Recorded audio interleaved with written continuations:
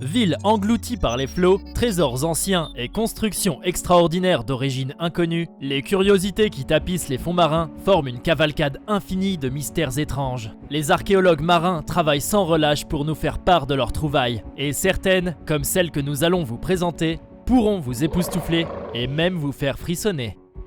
Souvent appelée la ville la plus diabolique du monde, le fait même d'évoquer Port-Royal, une ville pirate légendaire de Jamaïque datant du XVIIe siècle, fait naître des images de pirates errants, de chasseurs de trésors et de pillages. Pas une seconde ne s'est déroulée sans qu'on y commette une abondance de crimes en tout genre. Mais Mère Nature a fini par prendre sa revanche sur Port-Royal. En 1662, un tremblement de terre a vu les 2/3 de la ville s'enfoncer dans les profondeurs de l'eau pour ne jamais refaire surface. 1600 pirates y perdirent la vie, tandis que 3000 autres furent blessés. Cela faisait seulement 37 ans que Port-Royal existait, ce qui signifie que tous les objets retrouvés lors des fouilles ont été très peu utilisés. Une montre parfaitement préservée a pu nous donner l'heure exacte à laquelle la ville est tombée. 11h43. Les cimetières de train sont des endroits particulièrement frissonnants. Le seul fait de voir des appareils ou bâtiments construits par l'homme dans un tel état d'abandon est un symbole de la manière dont une civilisation peut s'effondrer. L'odeur de vieille graisse, les outils rouillés géants, on pourrait presque entendre des fantômes gémir. Mais parmi toutes les gares abandonnées dans le monde, le dernier endroit où l'on pourrait s'attendre à en voir un, c'est sous l'eau. C'est pourtant la découverte incroyable qu'a faite Paul Helper. À 27 mètres sous la surface de l'eau, il a trouvé 2 vieilles locomotives à vapeur qui avaient été abandonnées là en 1850. Jusqu'à ce que Paul Helper se mette à cartographier les fonds marins et tombe sur ce site rare en 1985. Cela faisait 135 ans qu'elles attendaient là, imperturbables. Les experts ont montré qu'il s'agissait des modèles rares de Planet Class 222T. Des trains de petite taille autonomes qui pesaient environ 15 tonnes, mais furent obsolètes avant même leur production en raison de l'invention de locomotives de 35 tonnes. Le grand mystère, c'est que personne n'a réussi à trouver pourquoi elles se sont retrouvées là. Et on n'a jamais trouvé quoi que ce soit qui indique que 2 trains de ce type aient disparu, ou même qu'ils aient été construits. Mais alors, d'où peuvent-ils bien venir? Certains pensent que ces locomotives à vapeur étaient transportées de Boston vers le milieu de l'Atlantique sur une péniche, quand l'équipage se retrouva au milieu d'une tempête. La tempête aurait été si éprouvante que les appareils seraient tombés de l'embarcation et coulés dans les remous de la mer. Et vous, quelle est votre théorie? Vous vous rappelez de quand vous regardiez Bob l'éponge et que vous le voyiez en train de boire un verre d'eau? C'est même lui qui posait la question. Comment cela est-il possible qu'il y ait de l'eau dans de l'eau? Il se trouve que c'est en fait possible. Il y a en fait une vraie rivière qui coule dans les fonds marins du Mexique.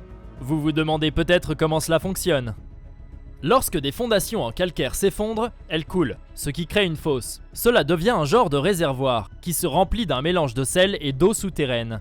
Alors que l'eau est piégée dans ce creux, elle entre en décomposition, ce qui produit alors un nuage de sulfure d'hydrogène, qui s'immisce dans l'eau salée en produisant de l'eau douce, qui coule alors comme si elle était sur la Terre, au lieu de se mélanger avec l'océan. C'est un fait qu'on peut expliquer scientifiquement, mais il n'en reste pas moins incroyable et tout simplement époustouflant. Mais disons-le clairement, il y a une chose sur laquelle on préférerait tomber dans les fonds marins, plutôt que sur des trains ou des rivières souterraines. De l'or. Des pierres précieuses ou beaucoup d'argent. C'est là qu'on vous présente San José, 1200 tonnes, 64 canons. En 1708, ce galion espagnol a explosé en un magnifique feu d'artifice lorsque ses magasins de poudre ont explosé lors d'une bataille avec les Britanniques. Avant que le Titanic ait lancé la mode, il coula vers les fonds marins dans la mer des Caraïbes. À bord, il y avait plus de 20 milliards de dollars de bijoux, d'argent et d'or. Pactole perdu dans les océans pendant des siècles. Imaginez un peu tomber sur ce trésor englouti. C'est la marine colombienne qui a fini par découvrir l'épave en 2015. D'après elle, son trésor est demeuré intact. Mais ici tout est clair, il s'agit d'or. Mais certaines trouvailles sous-marines sont moins claires. Le mégalithe de l'île de Pantelleria Vecchia est un artefact étrange d'origine inconnue qui a été retrouvé en 2015 sur la rive du canal de Sicile, entre la Sicile et la Tunisie. Les études ont montré que cet objet de 12 mètres de long, d'un poids de 15 tonnes, devait avoir été fabriqué par l'homme. Mais personne n'est arrivé à démontrer ce que c'est ou pourquoi il s'est retrouvé là. La datation carbone des coquillages qui ont pu être extraits de la roche suggère qu'elle aurait environ 40 000 ans. Elle comporte 3 trous particuliers de diamètre similaire, chacun rempli de coquillages. Seul l'un des trous s'étend à travers toute la pierre. On se demande de notre côté si cette pierre aurait pu être un objet de culte d'une religion ancienne. Qu'en pensez-vous ? Autrefois, une cité romaine antique, Bayès, a été un centre de villégiature de luxe pour les ultra-riches pendant des siècles. Célèbre pour sa corruption, ses scandales et son hédonisme. Mais il se trouve que Mère Nature n'a pas tardé à punir ses résidents pour leur décadence. L'activité volcanique a fait sombrer la partie inférieure de la ville dans la mer. Ce qui est incroyable, c'est que la majeure partie en reste intacte et que les touristes peuvent aller faire un tour dans ce prototype disparu de Las Vegas en y faisant de la plongée en emportant seulement un masque et un tuba. Mais parfois, les objets que l'on retrouve dans les abysses semblent hors de leur habitat naturel et il y a plusieurs endroits étranges sur Terre que certaines personnes estiment avoir des origines extraterrestres. À une dizaine de kilomètres de la côte de Point Dume à Malibu et à environ 600 mètres sous la surface, il y a une structure étrange qui règne sur les fonds marins et qui a tellement l'air de ne pas être à sa place par rapport à son environnement que certains pensent qu'elle aurait des origines venues d'un autre monde. On l'appelle Sycamore Knoll. Cette curiosité mystérieuse a été prise à l'image grâce à Google Earth. Et c'est très certainement un objet bizarre, avec sa forme ovale parfaitement plate sur le dessus et sa largeur de presque 5 km. Quand on y regarde de plus près, on voit des piliers et des colonnes, ce qui donne l'impression qu'il s'agit d'une structure sous-marine réalisée par l'homme. Un genre de temple, plus ou moins. Mais se pourrait-il qu'elle n'ait pas été construite par l'homme, et qu'il s'agisse de quelque chose d'autre ? Le programme de radio local Fade to Black a montré qu'il pourrait s'agir d'un ovni qui se serait écrasé ou d'une base alien secrète. Oui, absolument. Mais ont-ils bien raison ?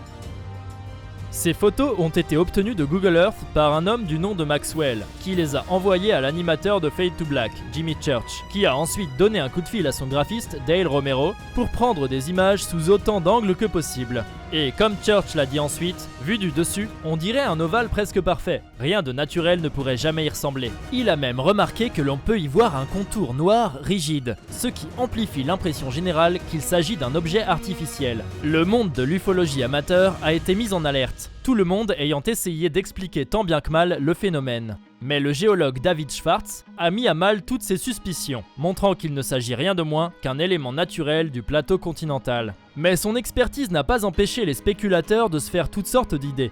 Et la conclusion qu'ils ont atteinte, c'est qu'il s'agirait d'une base opérative pour les extraterrestres qui se cachent parmi nous. Qu'en pensez-vous ? S'agit-il encore de théorie du complot sans queue ni tête ? Tout ce que l'on peut affirmer, c'est qu'il existe vraiment des choses étranges et même effrayantes. Et cela ne pourrait pas être plus vrai que pour les tas d'os et de crânes allongés que l'on a retrouvés dans un gouffre du Mexique. Il semblerait que ces os aient fait partie de sacrifices humains mayas, et même si la forme des crânes est étrange, elle rappelle en fait ceux trouvés dans de nombreux autres sites funéraires de la même région. On sait aujourd'hui que les Mayas allongeaient leurs crânes intentionnellement, ce qui donne lieu à cette forme unique. Un aperçu déroutant sur les réalités morbides de la culture maya. Entrecoupée de canaux, Héracléon était une ville qui surplombait quelques-unes des villes environnant le delta du Nil. Mais au fil du temps, elle s'est affaiblie, constamment assaillie par un trio dévastateur de séismes, de tsunamis et de montée des eaux marines. À la fin du IIe siècle, les terres d'Héracléon étaient liquéfiées, provoquant la fuite de la plupart de ses résidents. Et à la fin du 8e siècle, toutes les ruines de la ville avaient été entièrement avalées par l'océan. Mais après être restées submergées pendant plus de 1200 ans, ces ruines se sont retrouvées à moins de 10 mètres sous la surface de la Méditerranée. Des fouilles ont été menées pendant 13 ans, ce qui permet aux archéologues d'élaborer un modèle informatique complet de la ville perdue. Les îles Carolines, dans le Pacifique Sud, sont un paradis tropical parfait. Mais pendant 2 jours dévastateurs, en 1944, c'est un flot destructeur qui s'est abattu sur ces plages, leur lagune ayant accueilli la flotte impériale du Japon alors qu'elle était brutalement attaquée par les bombardiers des Alliés lors d'un événement connu comme l'opération Hailstone. À la suite de cela, des centaines d'appareils japonais sont restés au fond de la lagune. La plupart des épaves sont aujourd'hui visibles à travers les eaux claires. Et la lagune est aujourd'hui l'un des plus grands sites d'épaves de la Seconde Guerre mondiale. Mais lorsqu'ils jettent un œil aux océans du monde, les gens rêvent plus souvent de monstres mystérieux ou d'objets étranges plongés dans les profondeurs sombres de l'eau. Mais si nous vous disions qu'en 2019, ce ne sont pas les restes d'une créature géante des mers que nous avions trouvés, mais plutôt des fossiles de prédateurs des terres.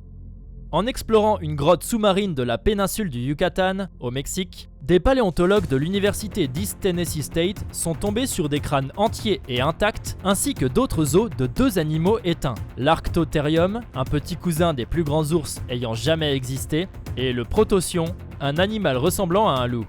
Habituellement heureuse lorsqu'elle réussissait à trouver une dent, l'équipe ne put en croire ses yeux. Mais ce que ce loup et cet ours faisaient sous l'eau, on ne le saura jamais. Lorsque l'on pense aux pyramides, on pense à celles qui dominaient les cités aztèques ou égyptiennes. Mais en 2014, une chaîne d'information portugaise a révélé qu'elle avait découvert une énorme pyramide entre les îles de São Miguel et Terceira. En utilisant une technologie numérique GPS, on a pu montrer qu'elle faisait 60 mètres de haut pour 8000 mètres carrés. Mais il y a un hic.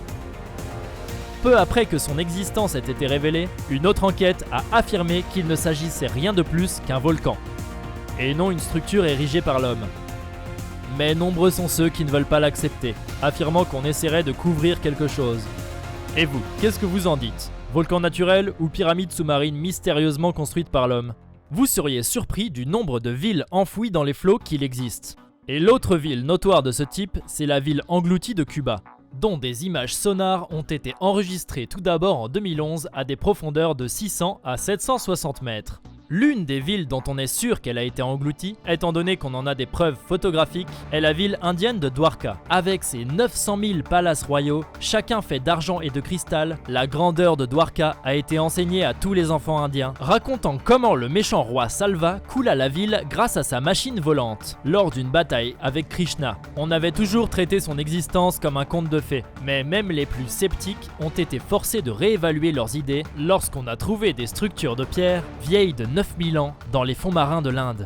Il semblerait que Dwarka était bien réel après tout. Espérons que la machine volante de Salva ne l'était pas. L'autre mythe dont on a montré qu'il pourrait être réel est la péniche décrite par le grec Hérodote. Il y a 2500 ans, il écrivit 23 lignes sur une embarcation étrange qu'il avait vue lors de ses voyages en Égypte en 450 avant Jésus-Christ. Les archéologues modernes n'avaient jamais trouvé de bateau correspondant à cette description. Mais en l'an 2000, 70 navires engloutis par les flots, datant du 8e au 2e siècle avant notre ère, furent trouvés, et parmi eux, on retrouva un navire qui correspondait à la description d'Hérodote. Il semblerait que les eaux du monde adorent enfouir des bâtiments entiers. Xicheng est une autre ville submergée par le lac Qiandao, au pied de la montagne Wuxi. Construite pendant la dynastie Han, elle est restée relativement intacte et plutôt bien préservée, à une profondeur allant de 25 à 40 mètres. Mais cette histoire de ville engloutie par les flots ne fait pas peur aux touristes. Loin de là. Une agence touristique anime des visites hebdomadaires lors desquelles les touristes du monde entier plongent pour avoir un aperçu des mystères perdus de Xicheng. Ces visites ont même mené à des découvertes supplémentaires.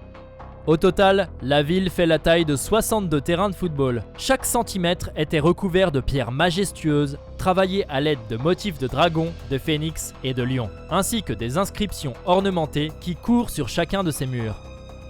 La ville est si bien préservée que seules ces pierres ne sont pas restées. Les habitations en bois ont tenu elles aussi, ce qui a mené beaucoup d'experts à surnommer cette ville la capsule temporelle. Qu'avez-vous pensé de ces endroits? Lequel d'entre eux aimeriez-vous visiter? Si vous avez aimé cette vidéo, alors n'oubliez pas de vous abonner et d'activer les notifications pour ne plus jamais manquer d'autres vidéos encore plus cool. Merci d'avoir regardé.